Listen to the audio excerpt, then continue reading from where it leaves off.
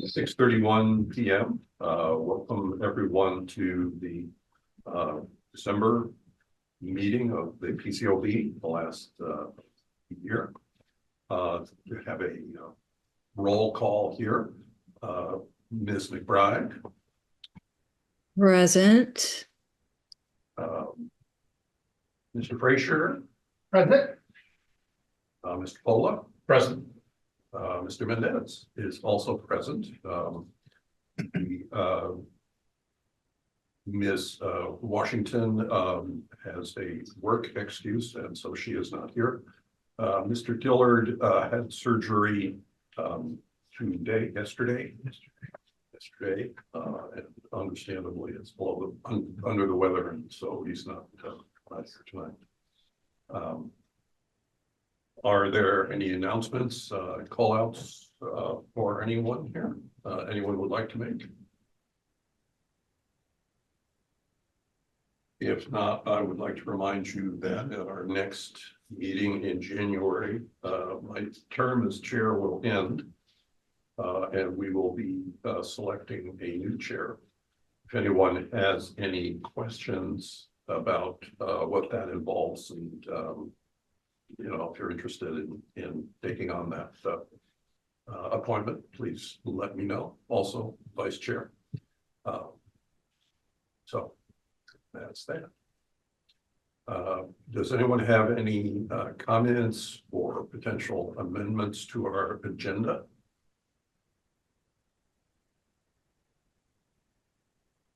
Is there any objection to approving the agenda as it stands now? Move we approve. Second. Hearing no objections, the agenda is approved. Does anyone have any comments, suggestions, questions about the meeting minutes for the last meeting? If not, is there any objection to their approval? Move we approve. Second. Hearing no objection, the motion carries.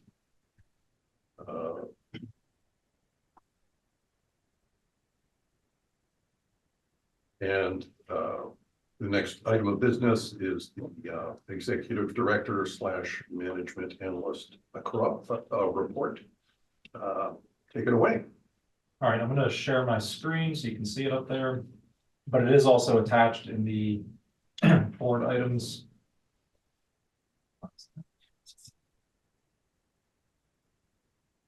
All right, so just trying to continue along the same process of having a monthly report that reports on similar things, but changes month to month a little bit. We just have our purpose statement up there at the top. And just citizen complaints will always be the top item. Just some other developments and some operational developments. So last time I think we focused the whole page on professional development. There wasn't as much this month, so just trying to change it up a little bit. So looking at the total complaints, there were 2 new complaints that came in, 2 through internal affairs, one of which was shared with us and came in through us. So that's why you see 1 for us and 2 for internal affairs. And then you had 4 closed complaints from prior months. So we were involved in all 4 of those, and that's why you see 4 under us and 4 under internal affairs. So we had involvement in all 4 of those cases. There's no pending complaints. And so what I mean by pending is anything that was left over from a prior month. So if it had existed in October or September and was still open, that would be in pending. So the new cases came in the month of November. And just looking at this additional oversight activity, a couple other things that happened this month were we had a request, kind of a complaint for service related to animal welfare. And that was something that we were able to follow up on, looking at some body-worn camera footage and some of the prior reports of police going to that location already for prior animal welfare checks. And so we were able to verify the animal was checked on, and that was all documented. So another instance was a request for a complaint that was outside of our jurisdiction. It was inside the city, but and CPD was there, but Albemarle County was the primary agency that had issued the warrants and everything. And so that was kind of outside of our jurisdiction, but still able to provide some help and resources to that individual. And so scrolling down. So I need to think about how I rename this, because it says pending allegations and I have 3 items there. Those are actually related to those new complaints that came in, so I need to change that title to say new and pending. So you can see these are the 3 different types of allegations. These are related to those new ones that came in November. So reporting requirements, service-related inquiry, and marked vehicle use. In the future, I do hope to be able to provide more detail on the definitions of those. And there's quite a few of them, and you'll see on the next page, there's quite a few different ones. So maybe have a separate document that provides definitions going forward. Is the marked vehicle use an internal complaint, or is that? That was external. That was external. Okay. All right, and so kind of a second page. One of the things that we've talked about is how going forward, we're going to be documenting every sort of community contact that we make that relates to duties of the ordinance. So whether it's just answering service-related inquiry type questions or inquiry questions, or it is assisting a resident that needs to find some other sort of city service or resource, we're going to start documenting those along with audits, reviews, and so that we have a full kind of breakdown of the work that we're doing beyond just general case investigations, because there is a lot day to day that occurs outside of that investigation type of category. And so that paragraph just describes some of that and using the civil system that we have now to do that. And so you can see here are the 4 closed cases. This involved 10 total officers. So you can see there's quite a few in the sustained and the unfounded category. So basically each complaint has those findings when the case is closed from internal affairs and lists all the officers and all the related complaints. One thing that we talked about that's important to note is that not all of these complaints or all of these allegations came from the complainant. Some of them are found as collateral while the investigation is occurring. So there's a complaint for, let's say, use of force, and then some other additional collateral item allegation is found. And those are added into those letters as part of that, those closure letters as part of that investigation. So that's why there's so many. I think there's like 20 some here. So what it is they encompass policy violations that the investigator discovers while conducting the investigation into the original allegation. A good example of that would be if you look down there at the bottom, there's a use of tobacco. That was not part of any sort of complaint, but that was something that was found during that investigation. And I did include the types right there. You can see the findings and what each of them mean. So kind of the difference, I think the key difference is what is the difference between unfounded and exonerated? Because it's a basis of whether or not something can be determined as factual or not. And then if it's factual, did it adhere with the policy and regulations that are in place? Right? That paragraph is pretty general, but just describes, here are some of the things that we did this month. We facilitated a meeting between Axon Standards, which is the main company that body worn camera footage is conducted, as well as evidence and cases are collected through the CPD. And we met with them, with the chief and with some of the other command staff to talk about how we could use the standards product to do case investigations. And there's a couple of reasons why that's important. The number one thing is it gives us direct access to attach body worn camera footage and other things directly to a case investigation so that we're not splitting across 2 different systems. And one of the key features that we were talking with Axon about is how to separate those permissions so that we have a dedicated and permission controlled space inside of Axon to be used by the PCOB staff. And so that was just, I think we had that early in November, but since the holiday, we've been trying to follow up on that and see where we can get moving on that item. Is there any pushback on that, James? Quite the contrary. No. Oh, good. The chief of police was very receptive. If it's possible, then the only thing that we're going to have to do is pay for our licenses, which is significantly less than us having to pay $30,000+ for our own independent system.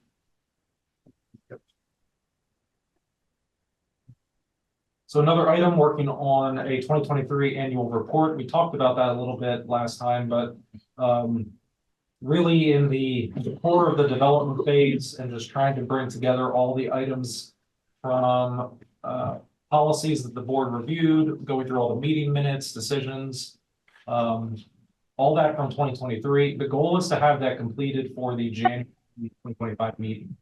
And so with the holidays, I hope that's doable, but that is a month away, but there's a lot happening. So that is the aim, and it is well underway.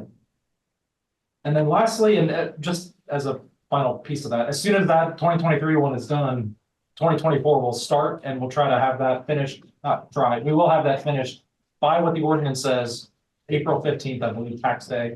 We'll have our ordinance day done as well, or our report day done as well. So seems like it. Thank you. And then lastly, we did do a little bit of professional development through some of the companies, Lexipol, I think you did, and Axon. Both were related to artificial intelligence and how it's starting to impact policing, as well as some of the ethical and legal implications of that. And those were both really good presentations. And so, you know, as an example, Axon itself has a lot of functionality and features that are artificial intelligence related. And then also, several of the board members, as well as both of us, attended the parliamentary procedures hosted by the clerk of council, which was a good time to just go through how the board meetings can operate in a smoother way. I do have handouts from that. I don't know if that was shared with everybody, but I do have those. I made sure, I think she sent them out by email afterwards, so I'll share those out with everybody. Just really quickly before you leave that, what's Lexipol? Yeah. It's just it's a company that provides training. The training. Okay.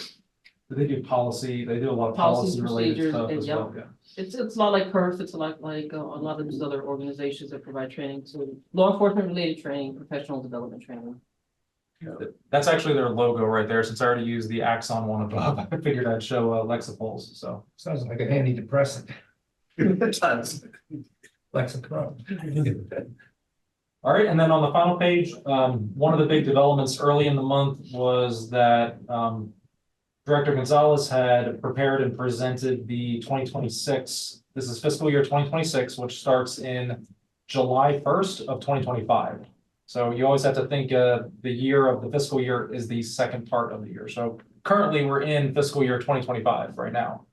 But that was presented to the city manager's office. And the chart below just breaks it up into the three main categories. So the three colored bars are the years. You can see 2024, that was the actual spending number. 2025 is what was adopted in the current year that we're in right now. And then 2026 is what was proposed. You can see it's personnel are the first three bars, which means it's stayed consistent between this current year and next year with proposed. Operational and the contractual, there's just been some shift around there. The totals are very similar, but it was just about getting the line item categories a little more accurate when it comes to things like legal services and making sure that that funding is in the correct lines. And that way going forward into 2027. And so everything will be a little bit more aligned and easier to track from year to year. Is legal services now under contractual and thereby limited to $20,000? So no, so what happened is that there was a lot of identification or miscategorization of a lot of the line items in the budget. And so now that I've been here for a full year, I got to see exactly where it is things should be plugged in. So essentially, we had initially asked last year for $74,000, and that number was based solely on the fact that the year prior, that is what my predecessor and you all spent prior to my being hired. So that was the number that I used. So what I'm doing now is, because I got the breakdown between, say, for example, the legal services that we paid Sands Anderson versus the money that was paid to the hearing officers and a hearing examiner that you all had for the mock hearing, I was able to group that differently. So it's going to be approximately $50,000 that I'm asking for $50,000 for the legal services, but then an additional 25,000 for everything contractual services, professional services. So anything, whether it's accounting or hearing officers, hearing examiners, investigators, any of that will fall into that category. Madam Director, but we're not being cut. We just moved There has been, items around. yeah, there has been no response to my budget request. I have merely submitted it. It Okay. is up to the city manager and city council to determine who gets what. Okay, That information has not yet been relayed to us, what we're getting, if we're getting anything that I do not yet know. Your request was basically just flat. Not necessarily, no. There were areas where I eliminated completely. Again, just trying to be as fiscally responsible as possible. So there were certain sections that where I had to eliminate things, but there was also based on our previous meetings concerning advertising the openings on the board, that I shifted some money into the categories that they should be placed in. So there's a distinct difference, say, for marketing expenses, advertising, and say printing. A lot of that stuff was kind of intermingled and it should not have been. So I'm trying to be very, very precise about, so that I can then track exactly what our spending looks like. Thank you. thank you. So for example, also meals that we purchase while we are away in training and conferences versus meals, say, to for a meeting or something, for a special event. So I'm breaking all of that down very, very specifically. So I did want to include total bars, however, it just not enough space for it to be seen clearly. But if you look at it, the totals across the board of all of them are within several percent of each other. It's mainly the changes were the line item changes, Okay, just to get those a lot more accurate. Okay, thank you. And then lastly, just two little items there. Website updates, this has kind of been on the back burner since it's been working, since the focus has been on that 2023 annual report, but I did get one of the pages a little bit more updated, and it's the page that has access to the agendas, the minutes, the documents, the recordings. If you go to that now, it's a little bit cleaner, there's drop downs, a little bit animation, and I put in all the way back to all the 2022 meetings. I linked everything that existed, so should be a little bit easier to go back and get that information. I'm gonna start working on another one of the pages. I've been I have a lot of notes on them already. I just needed to actually do the coding. to write the Because HTML. explain, it was like 13 different pages and multiple. Explain, Yeah, there's multiple, just- in terms of navigate to the one thing you're looking for, you're sent through a lot of changes, a lot of the links Yeah. are broken. Redundancy, broken links, a lot of just mess that, like, there was a link on there to just a bunch of old stuff that really was not. Anybody that opened that would not even know what they're looking at or what they're looking for, and it wouldn't really help anybody find anything. The goal is to make the experience a little bit more user friendly and for people that are looking for statistical information from us or any other kind of information to make it easier for them to navigate through the pages. thank you for that, James. So, probably the next, even though the front page is probably important from what people see first, but the next one to do that it has the most content is gonna be the data and reporting page. Especially getting like these monthly reports put up there, and then also better links to police department data, because the links that were there were just not good. And so actually getting people to the information they need. And then lastly, just a very small item, but if you noticed, we have two new things with our signage. First of all, our lights outside of our office are now lit, especially with the winter time. That's very helpful because it's dark early. But also we have a new marquee sign that is in accordance with the new branding, which is this bluish kind of The new color. logo, Yeah, it sits on the outside of the parking garage there. There's like arms that reach out. All the other entities have them, even for City Space and the wine shop and everything. So I was like, let's make sure we get ours too. And so people can spot us a little easier. So there you go. That is the November monthly report. well done. Well done. And if you guys have any questions about any aspect of that, now's a good time. Well done.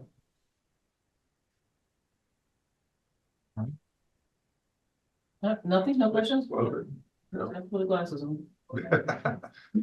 All right, so as you all know, one of the things that you all have been working on is trying to get our city ordinance cleaned up, and yes, sir. I just think, just as a point of order, could we perhaps keep that until the amendments committee report? Because I can just bring it, sort of start the ball rolling and tell the people where they are, and then you can proceed with. We're the your- chair, it's up to you. Yeah, so I think I think I would prefer to do that. Okay. If you have no problem. Mhm. So, okay, anything else? Okay. So independent council recruitment is the next item on the agenda here. Earlier this month, the RFI that we evaluated at our last meeting, the request for information, was approved by the city attorney. She made some suggestions for where to distribute it, which included the Charlottesville Albemarle Bar Association, the Richmond Bar, the Virginia Lawyer. Anyone like Jeff, who is tightly associated with the establishment in the city, who, if you think of anyone else to send it to, that would be good. We have not made any final decisions beyond the Charlottesville Bar Association. I'm going to check and see what the cost is for those other potential distribution routes. And also see if there might be local media that, you know, maybe we could exploit or engage as well. And you know, the idea is to get the RFI out widely so that we can attract people who are not necessarily big dogs who are going to charge, you know, $700 or $800 an hour or $1,000, and perhaps young, motivated, up and coming attorneys. It might be very useful. And there are some academics as well, and I'm going to pursue them. We'll see what their potential availability is. I forwarded, Mr. Chair, to Mr.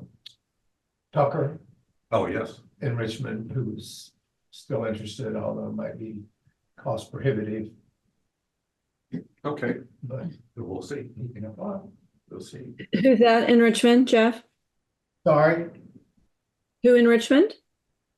Evan Tucker with McGuire Woods. Been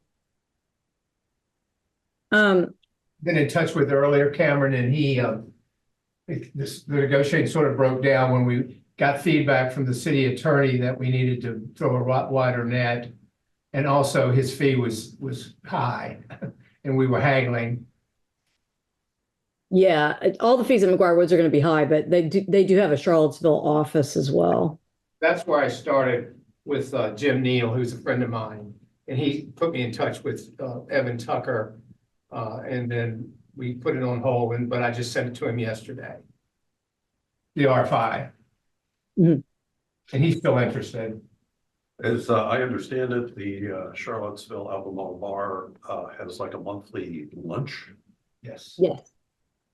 And was it your plan, Cameron, or you're not here these days? We don't have a December lunch. And I'm not in Charlottesville in December, and we also don't have a December meeting of that organization.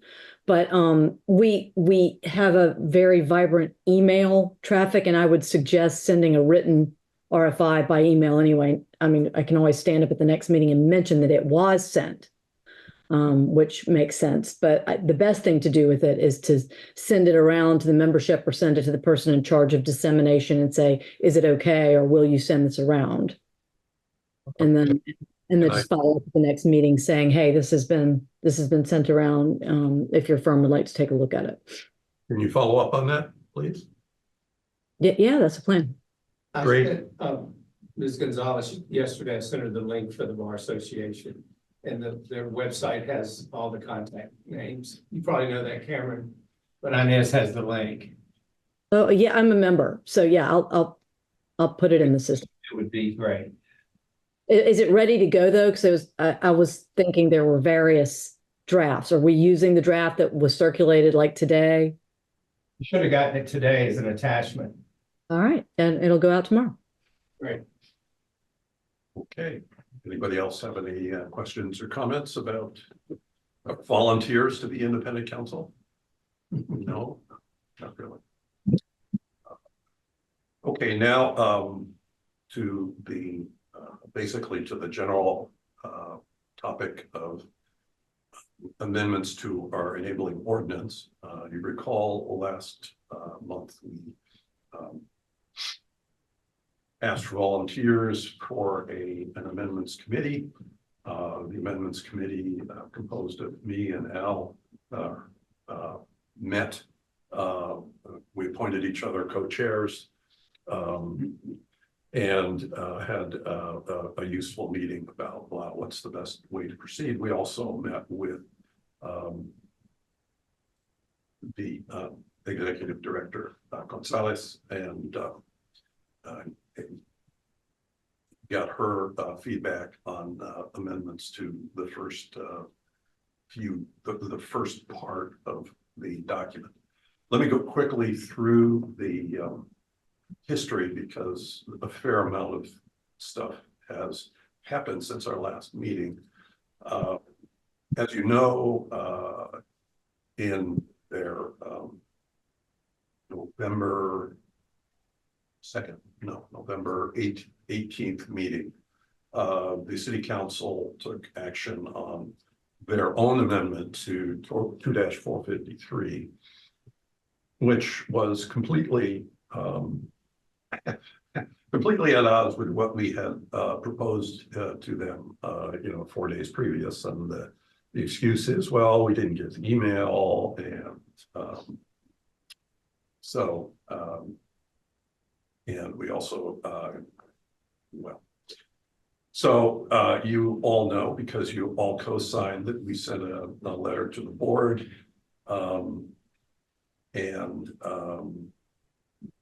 to the council and to the city manager, protesting sort of the cavalier way in which their the process was conducted. They did not notify us that they were going to consider the issue. They did not actively consider our proposal in their debate, and they did precisely sort of the opposite of what we were hoping they'd do.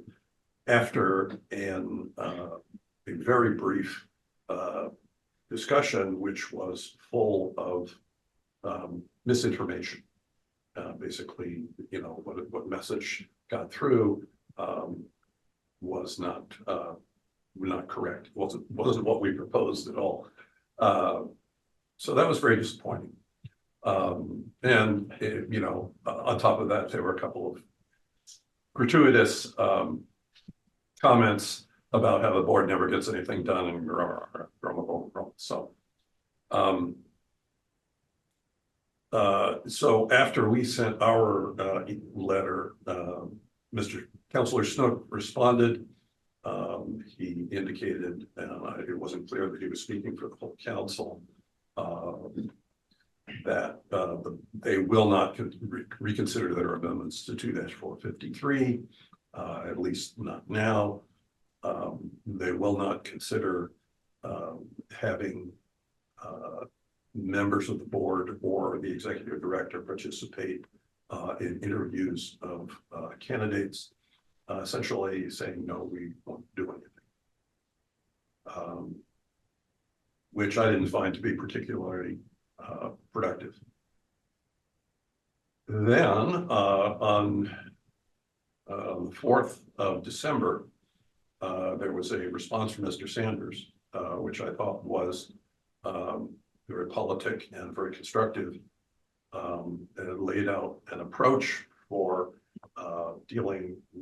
proposing amendments. So let me see if I can share share my screen.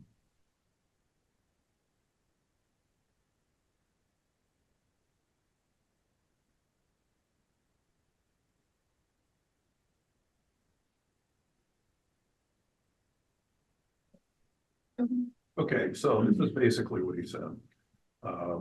His idea was, his first justification for not taking action up to this point was that he was waiting for us to propose the amendments, and that he couldn't take action to bring something to the council's attention solely on the basis of a request from the executive director.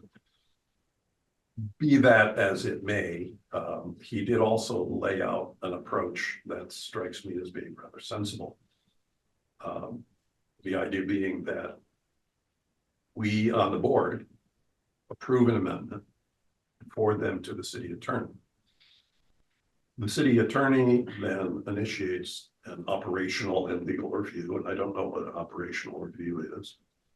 The city attorney then will confirm the amendment, send them back to the executive director for being placed in the queue for consideration by the city council. I have no idea what confirm means. And it'll be very interesting to see, for example, when and if we repropose the changes to section 2-453, whether the city manager will say, no, I'm sorry, the board, that the council won't do that, or if he agrees to nonetheless forward them back to the city council. And also in the future, what's going to happen when there are disagreements about policy. How is this going to be filtered through the executive, through the city manager to the council? And then at the end, it's the council that decides when they're going to be placed on the agenda. One of the issues that we and they need to come to an understanding about is whether they would like to see it all in a big lump, or whether they would like to see it in pieces, the way we will be sending it to the city attorney. Excuse me, Bill. Yeah, He does say at the end of his email, I welcome the board to decide how it would like to segment the ordinance and work through a grouping of proposed changes. So I think he's leaving that to us. yep, we're getting there. The question is that, we have discussed this among ourselves and heard indirectly from Mr. Sanders that he does not know what the best approach is for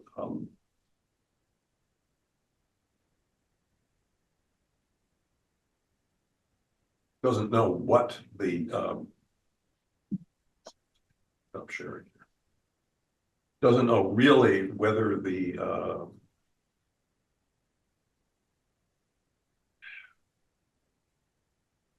council would like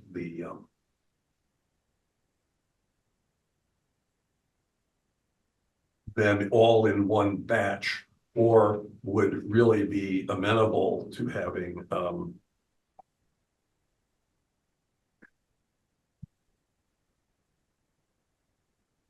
why is it not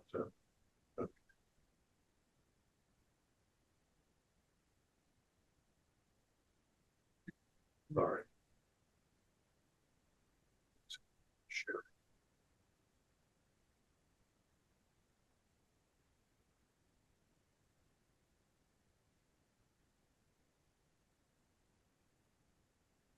You could. Let's see, so Are you trying to stop sharing? I can stop sharing. Just hit the red. Okay. Now I can go back and share, but when I want to go to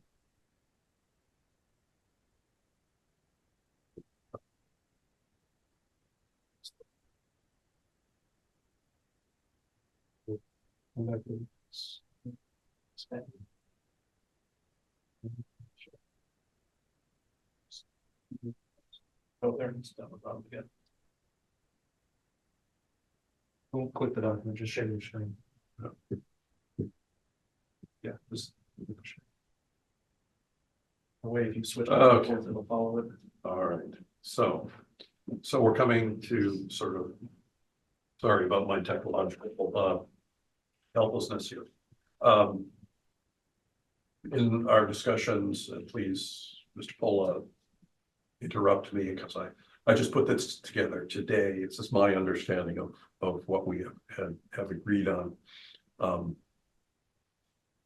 But it seems that the easiest way to go about developing amendments is one, to start from the executive director's comments. After all, she has gone through the entire document, front to back, back to front, made a comprehensive set of suggestions upon which we can build. And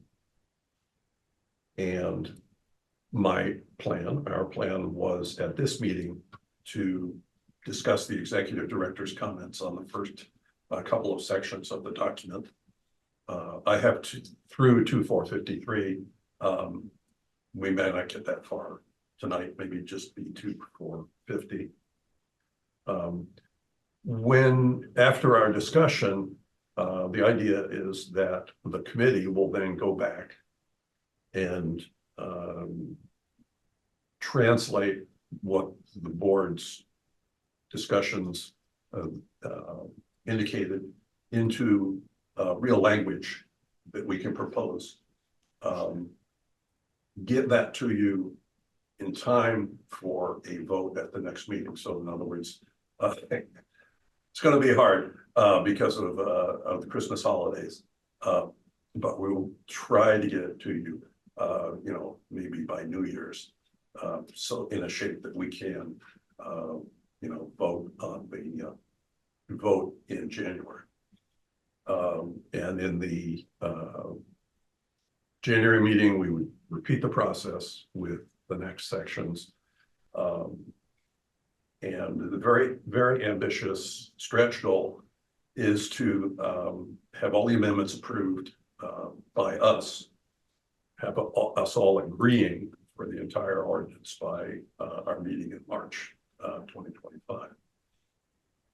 Now, at some point during this process, I hope we'll start receiving feedback from the city manager and develop a line of communications in a way of resolving disagreements, but that has not yet materialized. So now, does this at this point, I think I would need to ask the board if this ambitious schedule and method needs their approval. And if someone wishes to introduce a motion to accept. Can I ask a clarifying question before you vote? Certainly. So are you saying that you want every single solitary change to the entirety of the ordinance done by March? Yes. So the only thing that I caution you is that a great deal, as you already know, of the recommendations that I'm making to the changes to the ordinance have to do with just cleaning it up so that it's organized in such a way that makes sense. Eliminating sections that, that are placed in areas that don't belong, contradictory language, redundancies, things like that. But I also caution you in that, remember, we do have collective bargaining in place. So there are going to be changes that we're going to want to see in the ordinance. And mind you, it isn't that we're asking for additional powers. It's asking for clarification to the existing powers that there seems to be debate over.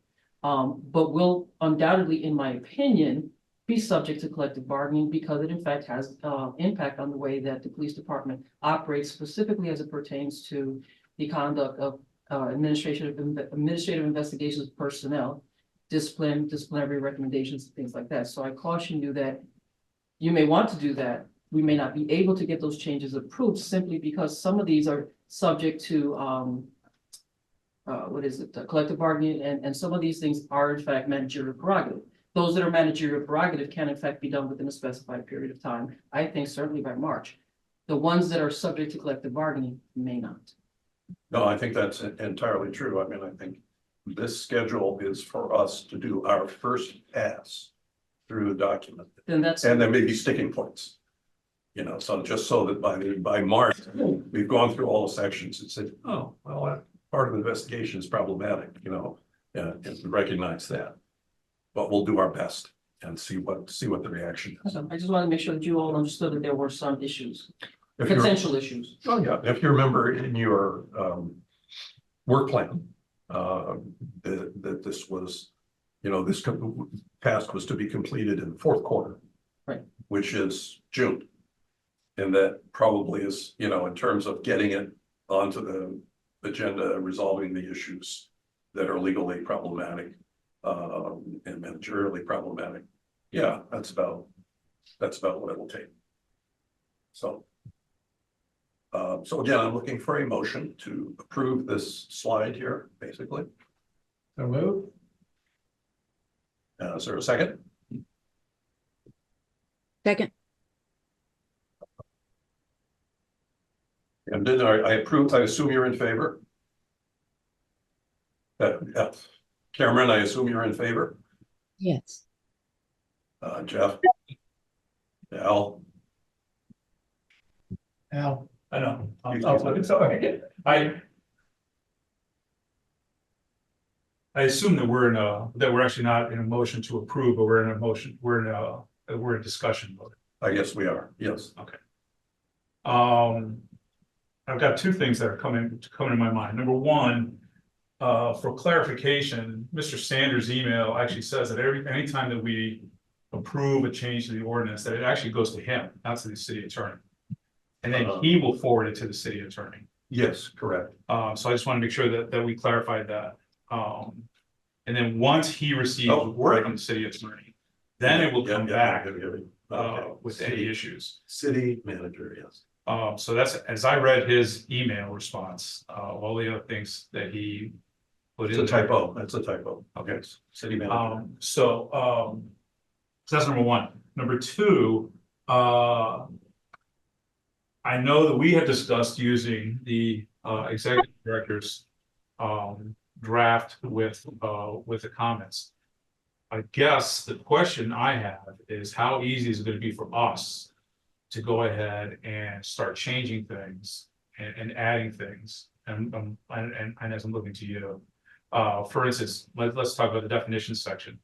I think everybody agrees that we need a definition section and where it needs to be, but then we have to come up with definitions. Are we talking about actually doing that work, or are we talking about just looking at your recommendations, determining whether we agree, and then after we do that, then go back and then go into the nuts and bolts? So some of the work has already been done by whoever Correct. it is that put that particular section of the ordinance together, because you have an entire section of 2-452 that is, half of that entire section is nothing but a very long definition. Right. And so that has already been, in my proposed draft, relocated to the proposed new section, which would be titled definitions. Anything after that would be clarification on, for example, if you want to define the board, if you wanted to define the department, things like that. There isn't a great deal in that document that I think requires any specific definition beyond, I believe, was it use of force? You have, Serious abuse of Serious authority. abuse of authority, yep. yeah, and we have,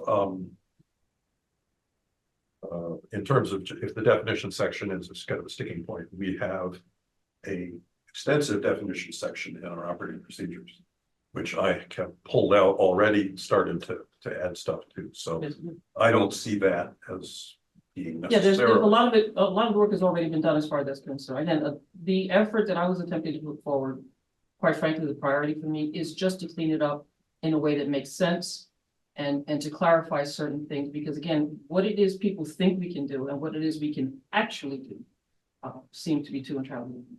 Yeah, I mean, the point here is clarity, sort of rigorousness in the sense of staying within our powers, of reducing contradictions and vagueness.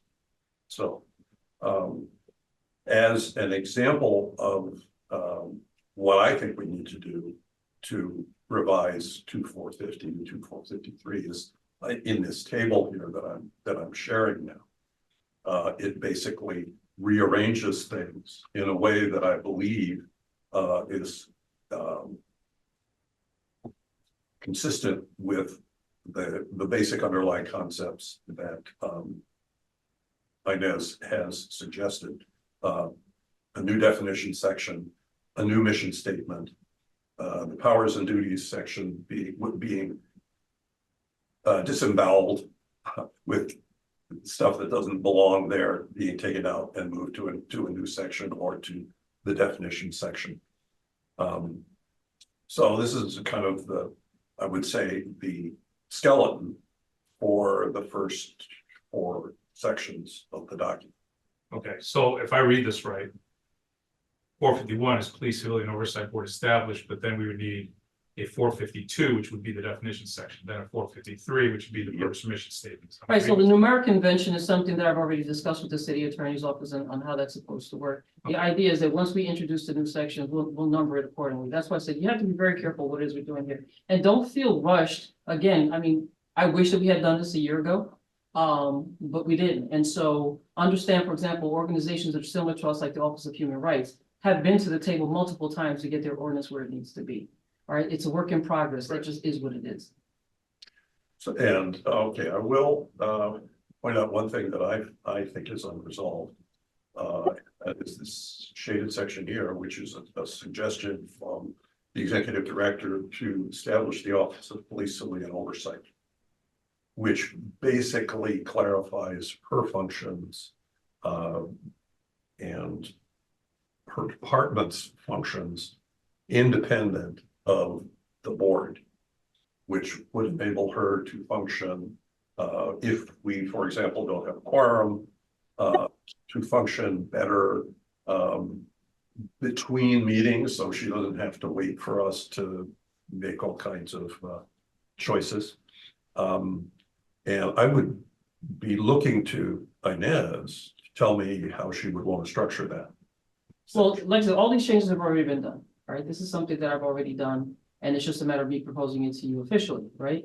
Well, I'm just, okay. All right. I've looked at your document. There's a, there's a note in 251 that says establish the Office of Police Civilian Oversight. That's correct. And the reason for it is, again, exactly what you said, but just for people to understand why that's important. A lot of what I found in terms of how this, and I remember, I understand it was a collective effort, multiple people at the table putting this whole thing together. But I think that in the cutting and pasting and researching, a lot of the information that went into this ordinance was based on a full-time board. There are organizations in this country that operate on a full-time basis, Monday through Friday, with 40 hours a week, compensated staff members, right, that are also part of an oversight board. And so when you look at our operating procedure, when you look at our ordinance, it actually sort of operates in that way. And so it takes into consideration that if I have, let's say, a review request like what we got last night, I have to have the ability to go to you and go through all the steps that are outlined, for example, in the operating procedures, but I don't have that ability because you all don't meet every single solitary day. You meet once a month. And so if I have to wait once a month to get your permission, and unfortunately, you are also, the problem is that I can't do it electronically to get your permission because, again, there's obviously rules in place that prohibit you from doing that. And if I ask you to meet in my office, anything beyond 2 people, as you well know, requires notification to be made to the public. So it just makes it very difficult. Unwieldy, yeah. Okay, now, yeah, my concern was basically a little bit more fundamental than that, and that is that establish Office of Police Civilian Oversight was the extent of your comment. Correct. But in the draft, as I had mentioned to you at our Tuesday meeting, all of these recommendations have already been created by me. So, but not in these first few sections, because I didn't see them. You don't have them. You have what you have in your position that I gave you that you asked for was my copy of the ordinance with my comments on what needs to change and why. But the actual mock ordinance that I'm putting together on what it is I want it to look like based on those recommendations I have. To be very careful about the dissemination of that information because these are not things that have been approved or reviewed by the city manager or the city council or city attorney's office. These are things that I put together. So I will officially propose them to you section by section. You then determine if you agree, disagree, and whether or not you're going to make an official recommendation to the city manager. And that's where I was coming from with my concern. Because I was looking at the bullet points and the suggestions we could have, and I knew that you had done some work on it. And I think that that's what we need to see is the work that you had done so that we're not reinventing the wheel. We could see, for instance, you say, okay, here's what I think should be in definitions, and you have that, and then we could look at it, we say, oh, okay, we like this, or can we change? We can then have that discussion as opposed to. So you would have seen that had I not been delayed just now. So once you guys are done with this discussion, you'll see. Just an aside, well, I think are there any more questions about our basic proposed approach to going forward? If there are not, can we call the question then and just say that that's what we're going to be doing? I'll call the question. Okay. And we've already had a second, I guess. And we've already had Ms. McBride saying yes, and we've had Jeff saying yes, and I saying yes. And I'll say yes. Okay, so the proposed approach to developing amendments has passed.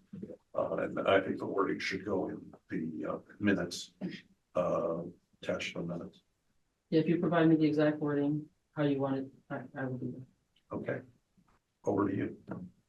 James, would you assist me, please, Mr. Vaness? Correction, Mr. Walker, I'm so sorry. Can you hit the stop share on? Yep. I think so. It's just that red. Yes, I got it.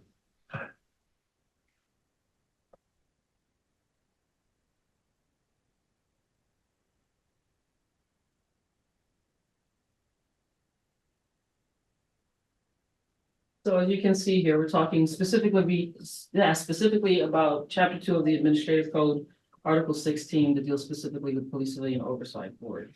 Next. So section 2450, as you see there, I have no recommendation. That's probably the only section of the entire ordinance that I have not touched. So yeah, that I'm not making any additional recommendations. Yes. Well, we could just say Charlottesville Civilian Police Oversight Board. Well, that requires a name change. Yeah, I and, know. take that up with the city council, the city Yeah. manager, and everybody else, but this is what it is for now. Signage. Never mind. Next slide. Okay, so section 2451 deals specifically with the oversight board established. The wording on the left is how it currently exists in the ordinance.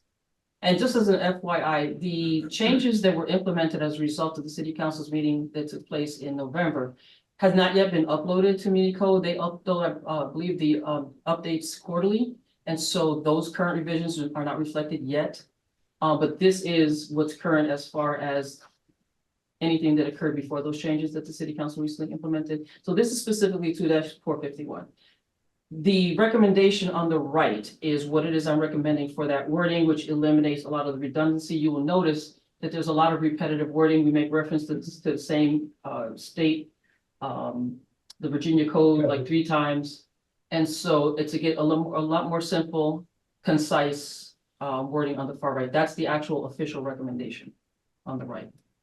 Now we're still only allowed to sue for subpoenas. Well, that's something, again, remember, that's a managerial change. So if you want to do that, then that's something that you're going to have to request from. I'm simply trying to change existing wording to make it more concise, to eliminate repetition. And then that's why I say to you, this is not going to happen overnight. We have to clean it up first. And once it's cleaned up in an easy to understand document, then you're going to start wanting to get into the minutia about what it is you can and cannot do.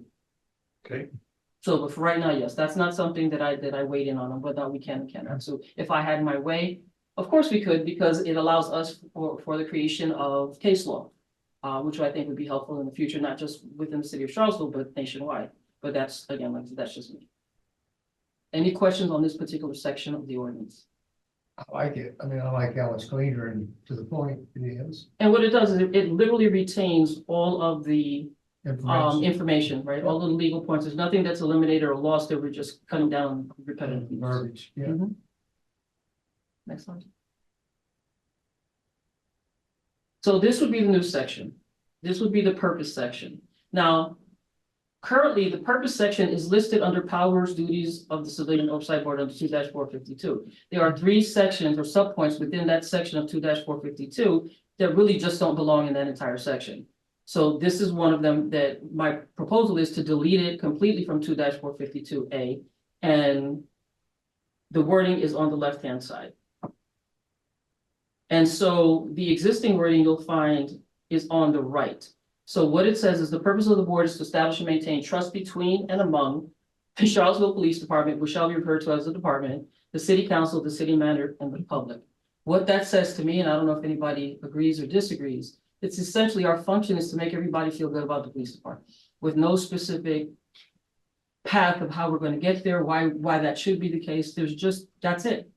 And so when we try to figure out what our mission is, what it is we should and should not be doing, that provides absolutely no guidance whatsoever to us as to what it is we should be trying to do and how we should be trying to do it. Hence what I propose on the left-hand side. And that is to enhance public safety and protect civil rights by providing independent, objective oversight of the Charlottesville Police Department fostering accountability, transparency, and community trust in law enforcement, to ensure fair and effective policing through impartial review of police conduct, policies, and practices, and promoting constitutional policing standards, to serve as a bridge between the community and the police department, investigating complaints, recommending policy improvements, and working to eliminate bias and misconduct to build a more just and equitable system of public safety. That's what I'm proposing. Like it.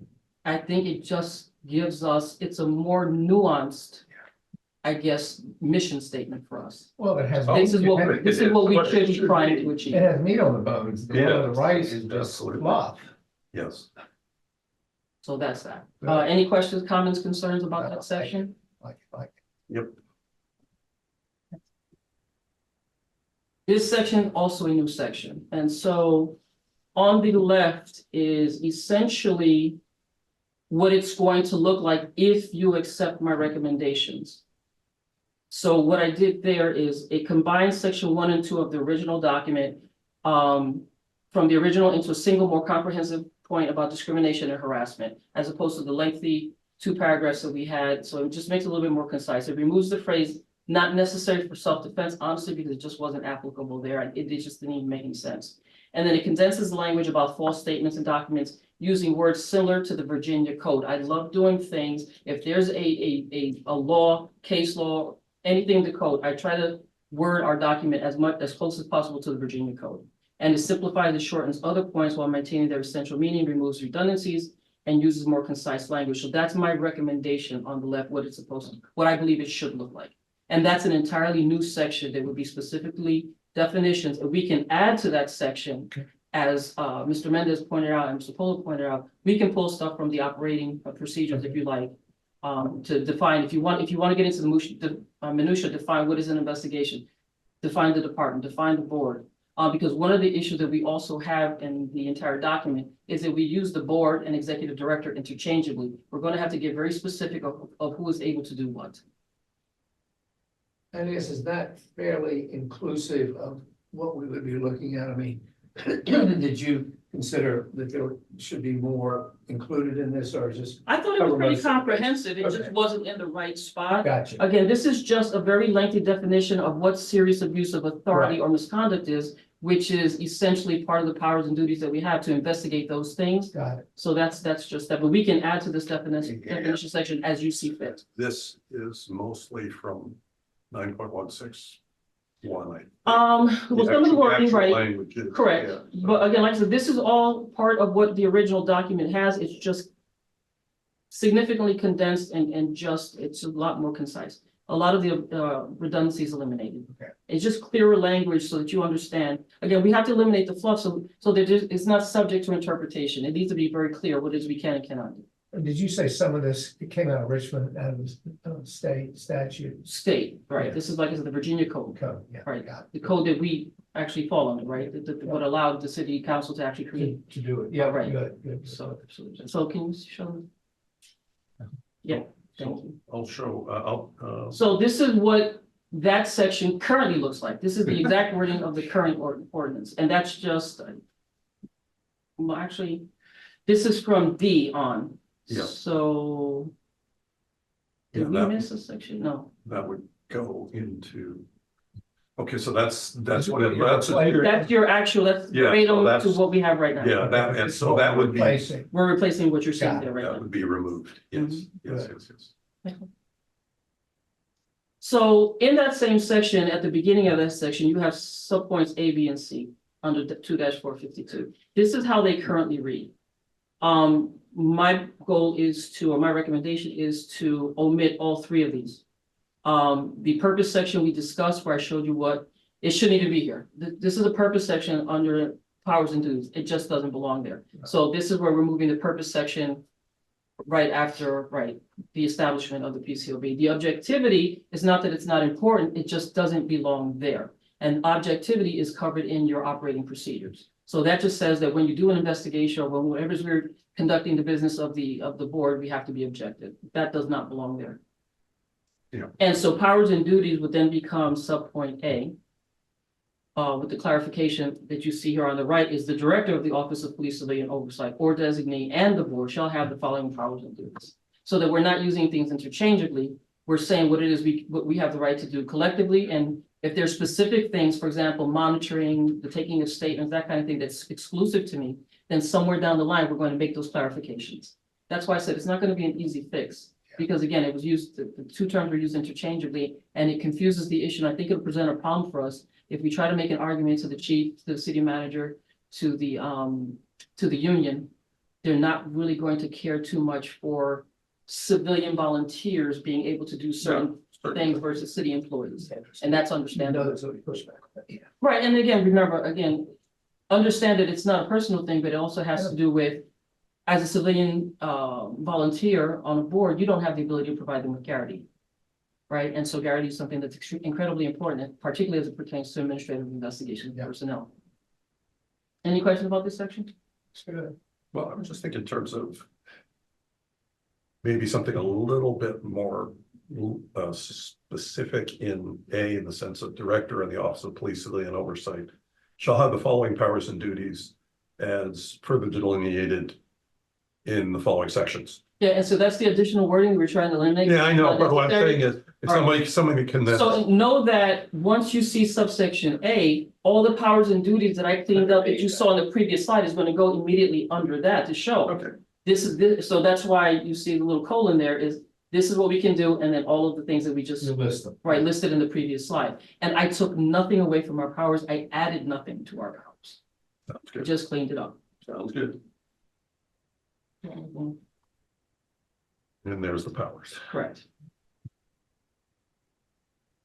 And that's language right out of 91601 Verbatim. verbatim. Keep on. So we pulled it over to here. Right. So you see, you had 9 there. Yeah. We condensed that significantly. And so, To 7. correct. So the initial 9 points into 7 with some additional subpoints for clarity, but you see that it's not very wordy. It's just, again, very, very concise. This is what we're looking at, so it's not subject to interpretation. Yeah, see how it's condensed. And again, we didn't lose anything, we didn't add anything, we're just making it clear, because again, you know, impressive language is nice, but it gets confusing. And the more qualifiers you have in it, the more mischief can occur. Absolutely. Yep. And I think that might be. Yep, that's it. Nicely done. Now, again, the changes to 2-453 have also been done in exactly the same way. And they were revised after your last meeting where you all voted to have, for example, to retain the residency for City of Charlottesville residents only. I added the 2-year term limits that you all voted on. I added, what else did you all speak about? Pretty much all of the recommendations that you all made at your last meeting were incorporated in there. And then the only thing that I added in addition to that, since it's moot at this point, we have some time to try to make this recommendation in the future to the city council, was to talk about term limits for the officers on the board. The reason for that is the only other document that makes reference to term limits and officer positions was the bylaws that were extinguished because they were a part of the PCRB from 2019. So at least now we actually talk about term limits for officers, which is 2 consecutive 1-year terms. With a break in between, you can run again, but you can't do anything more than 2 consecutive terms. So I try to make it consistent with the city ordinance that deals with term limits. And that would be the only thing that I think that I added beyond what you had already voted on. Going forward, was this a pretty heavy lift? I mean, is it gonna be pretty? It's not easy because it requires a lot of research. You know, I have to look at, remember, we have to look at the general orders in the police department. Just as a perfect example, I don't know if you can go back to subpoint 3 of the powers and duties, and you could even look at the cleaned up version or the old version. I really don't get it. It might have to go one forward. So section 3, at the conclusion of an investigation conducted pursuant to paragraphs 1 and 2 above, if the board has found that an employee has committed misconduct, to recommend disciplinary action to the chief of police, right? That's one of the things that I told you were a sticking point, right? This is something that even though when we clean up the language, the issue here is that you can't really do this. despite the fact that the ordinance says that you can. Yeah. Why is that? Because no one conferred with the police department, because if you had, you would have learned that there's a general order that specifically indicates that in order for the chief of police to actually accept disciplinary recommendations and to impose discipline, there has to be an accompanying internal affairs investigation, Exactly. right? Not a PCOB investigation, that was never included. If we want that in the future, that has to be negotiated. If not, it just is what it is. So he can't take it because he has a general order that conflicts with our ordinance. So these are the things that we have to talk about. And it's going to require us sitting down either with the city attorney, our own attorney, the city manager, to try to figure out how we can get past this. Does that suggest, Inez, that if we found that disciplinary action was appropriate, we would then refer it now under the current situation to IA to then follow up with our recommendation? Say that again, I'm sorry, I didn't understand. Let's say we conducted our own. Under the current situation? Yes. Okay, That we find a violation, we can't recommend disciplinary action, do we instead make sure that Haney's guys pick it up and look at it? so the answer to the question is, See it we're out. not doing investigations, so that we're clear. Right? That's an entire different sticking point that we haven't even gotten into. And so the sticking point with us not doing investigations is the question of Gary, the question of the ordinance says that we cannot compel a police officer to speak to us. So if I can't compel a police officer to speak to me, how do I conduct a thorough investigation without giving the officer the benefit of being able to explain or justify the actions that they took? So we've opted instead, until we get that question answered, is to monitor investigations, which we have been doing quite a bit of. So we monitor existing investigations. We've been sitting in on interviews. We've been watching body worn camera footage. So we've been doing everything else that we are legally allowed to do by the ordinance, with the exception of I'm not actually myself conducting an investigation. So does that suggest we wouldn't be holding hearings under the current? The hearings is a whole other McGill, because again, one of the things that James asked the other day during our last meeting is like, what is the end goal? What is it you're trying to achieve? Right. And so what is the purpose of a hearing? Right. If you're not actually conducting the investigation, if you're not allowed to make recommendations to the chief for discipline, What do we bring to the hearing? what is the purpose of the hearing? Right. Other than to create an expense, mind you, because you all put into your document that we require a hearing officer. So how it's structured right now, it's just not doable, right? So how do we do that? And then there was an argument, for example, that was made about the compelling of police officers. Well, we also have the option of engaging in subpoena. But for those of you that are attorneys here, what is a subpoena but the quintessential tool that an individual uses to compel someone to do something that they were otherwise not willing to do? So if I can't compel a police officer to speak to me, I certainly wouldn't want to try to get a subpoena, because I think that would really defeat our purpose in terms of the trust that we've established thus far with the police department, and them knowing that we're going to have integrity as we do what we do. I think that would be a bad move for me to try to do that, knowing that it means exactly the same thing, whether it's a subpoena or it's the same thing. Yeah.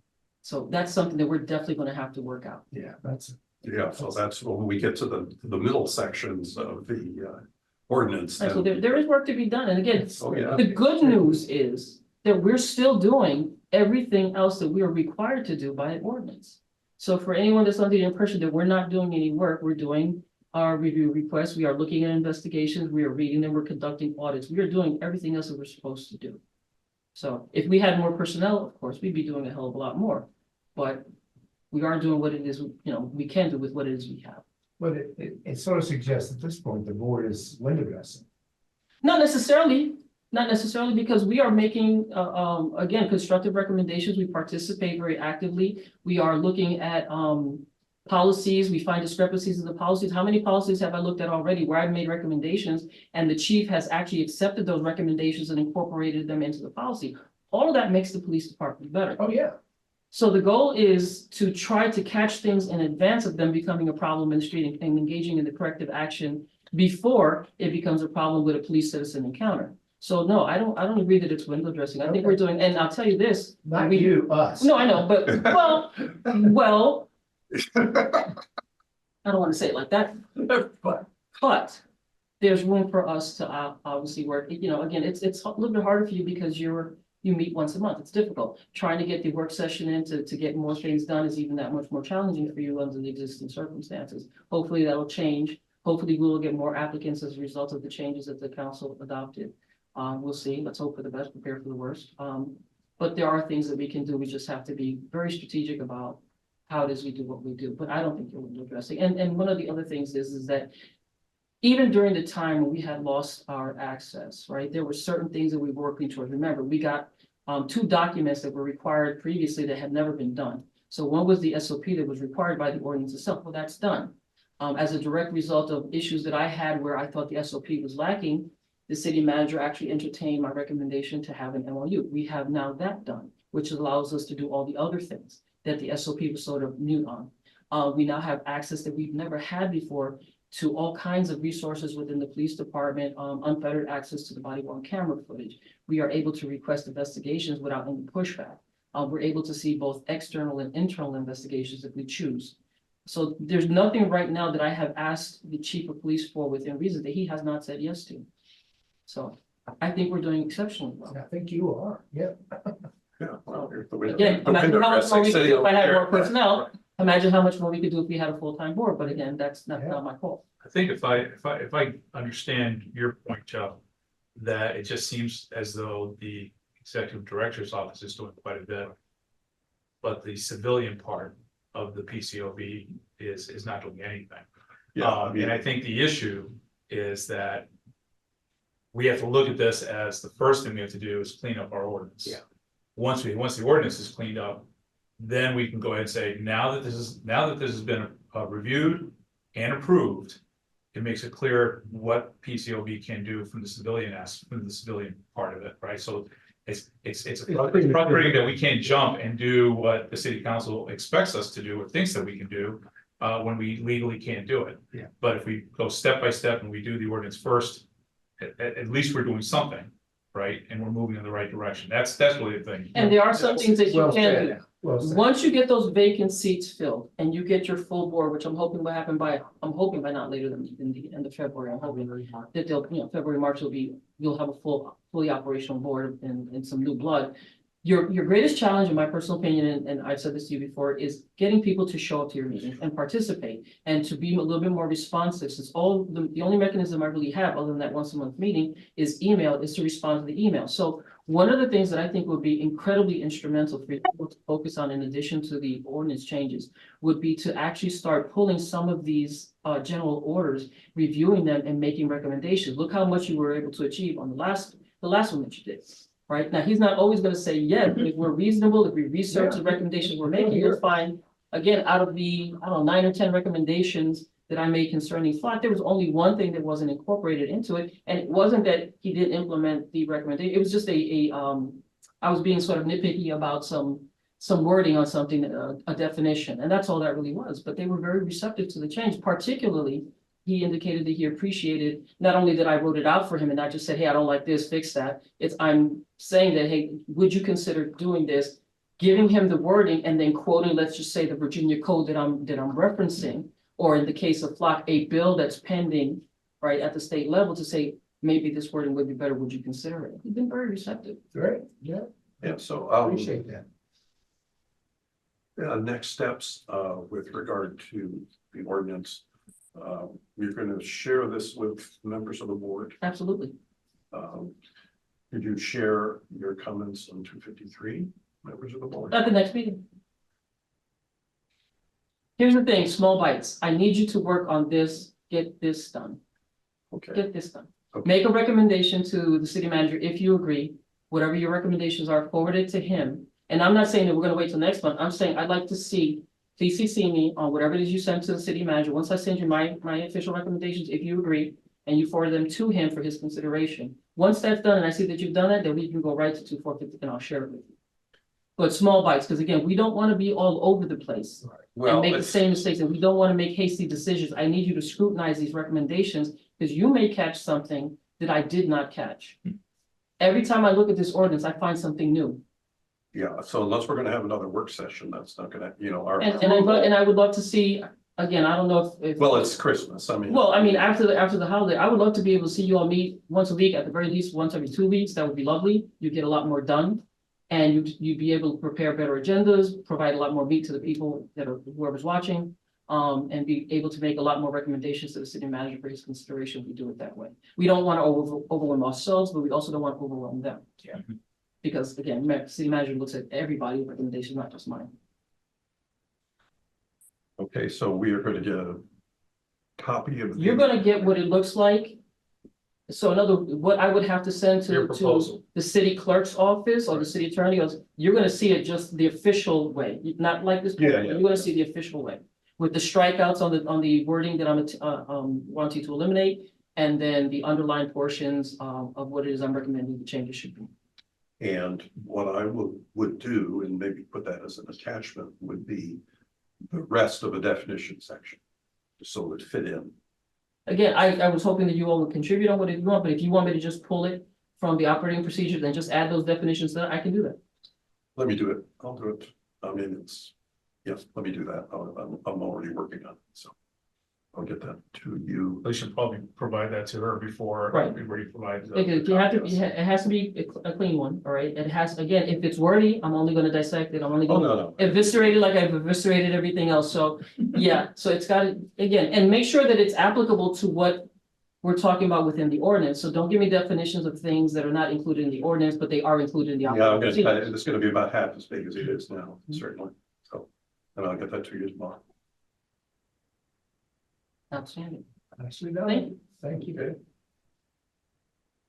Any other questions about amendments? So the basic idea is that we're going to be looking at Inez's suggestions with the new definition section. In preparation for voting on them, commenting on them between now and the next meeting. And voting on them at the next meeting in January.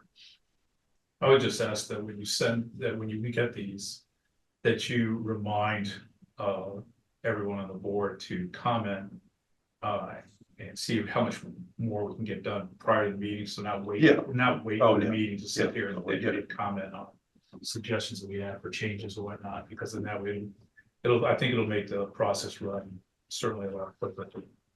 Yep, and everybody check their email every day, their city email every day. Basically, that will be very helpful. Well done. Thank you. I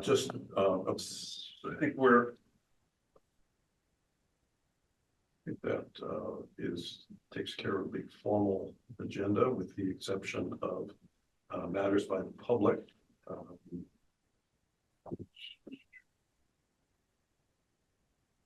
Do we know if there's anybody on the line who has their hand raised? I don't see any attendees right now. I don't think it's actually broadcasting. No. Well, Anna, you got any questions? We registered for the. We were having some difficulty. Process. Okay, sounds good. If there are no objections, I would entertain a motion to adjourn at 7:49. We need to verify there's nobody on there. Motion to adjourn. Hearing no objections, the motion is passed.